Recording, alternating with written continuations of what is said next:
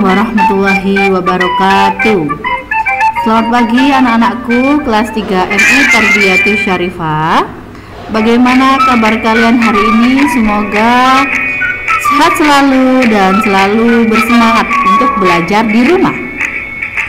Nah, hari ini Bu Yesi akan menjelaskan pelajaran tematik kelas 3 tema 2 subtema 1, yaitu pelajaran bahasa Indonesia bab dongeng. Nah, Erda senang membaca. Kali ini dia membaca sebuah dongeng. Nah, apakah kamu tahu apa arti dari dongeng? Dongeng adalah suatu cerita yang tidak nyata. Dongeng biasanya bercerita tentang kehidupan dahulu kala. Dongeng juga berisi pesan atau amanat.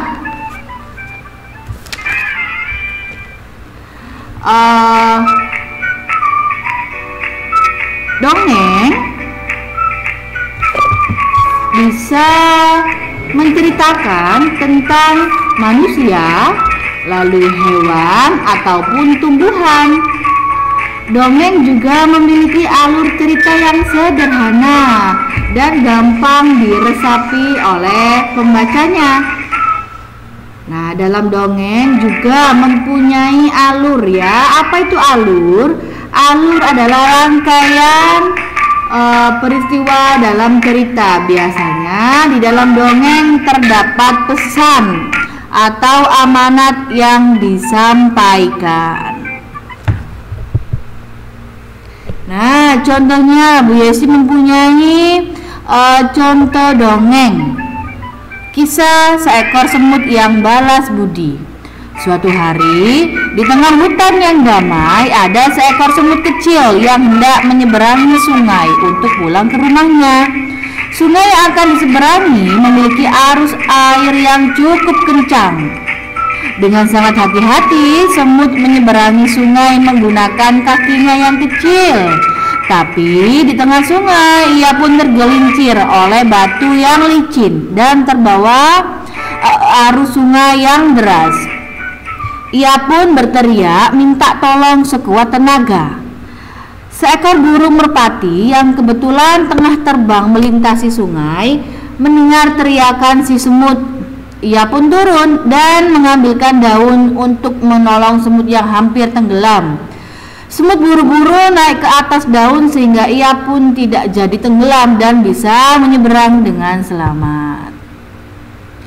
Beberapa hari setelah itu, semut yang sedang mencari makanan melihat seorang pemburu tengah membidik sasarannya. Ternyata yang jadi sasaran pemburu adalah burung merpati yang kemarin menolongnya. Ketika akan menembakkan senapannya, si semut pun menggigit kaki pemburu dengan kencang sehingga si pemburu kaget dan melepaskan tembakan. Untungnya tembakannya meleset dan merpati pun bisa kabur karena mendengar suara tembakan. Burung merpati mengenali si semut yang ditolongnya di sungai telah menyelamatkannya dari pemburu. Ia pun turun dan berterima kasih pada semut. Keduanya pun menjadi sahabat baik yang saling tolong-menolong. Nah, anak-anak, dari dongeng cerita yang sudah Bu Yesi bacakan tadi terdapat pesan moral atau amanat ya. Nah, pesan moral yang ada di cerita ini mengajarkan bahwa memiliki sifat yang mudah menolong orang lain adalah sifat yang baik dan sebaiknya dimiliki oleh setiap orang. Selain itu, dongeng ini juga mengajarkan bahwa ketika sedang dalam kesusahan, jangan ragu-ragu untuk meminta tolong kepada orang lain. Kemudian, jangan lupa untuk menunjukkan rasa terima kasih baik dengan ucapan maupun perbuatan. Nah, anak-anak, ini adalah unsur-unsur dongeng. Ada 4. Yang pertama adanya tokoh. Apa itu tokoh? Tokoh adalah pelaku yang terdapat dalam dongeng. Kalau dari cerita di atas tadi, tokohnya ada 2, yaitu semut dan burung merpati. Lalu ada watak tokoh. Watak tokoh adalah karakter atau sifat tokoh dalam dongeng ya. Jadi kalau semut dan merpati tadi itu sama-sama mempunyai watak yang baik.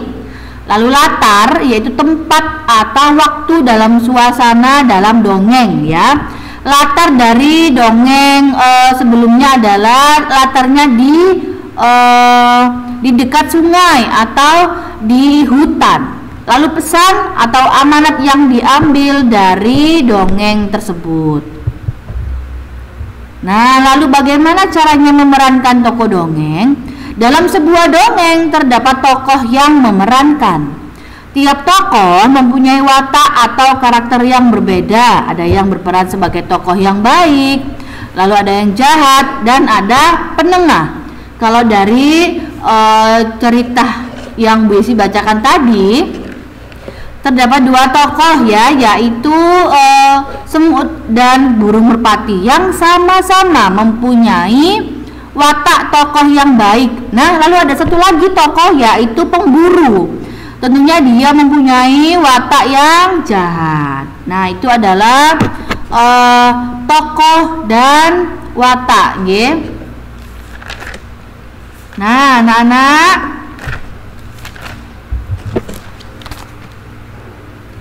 karakter tokoh dalam dongeng ditemukan dengan banyak cara, antara lain disampaikan secara langsung oleh pembuat dongeng. Lalu juga bisa melalui percakapan antar tokoh dan disampaikan oleh tokoh lain dan pendapat tokoh lain. Nah, sampai di situ penjelasan Bu Yesi tentang dongeng ya. Jadi tema 2 subtema 1 pelajaran bahasa Indonesia tentang dongeng. Tugas anak-anak di rumah adalah 1. Membaca halaman 5 dan mengerjakan soal halaman 6 dan 8 pada LKS tema 2. Lalu 2, membaca halaman 11 dan mengerjakan halaman 12. Yang ketiga, membaca halaman 18 dan mengerjakan halaman 19. Anak-anak kerjakan di buku tugas ya. Semoga anak-anakku kelas 3 dapat mencerna materi Bu Yesi dengan baik dan dapat meresapinya, nggih. Jangan lupa sholat 5 waktunya harus tepat waktu, tetap menjadi anak yang solih-solihah,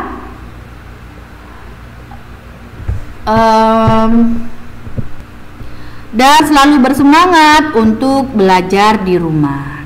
Sekian dari Bu Yesi. Wassalamualaikum warahmatullahi wabarakatuh.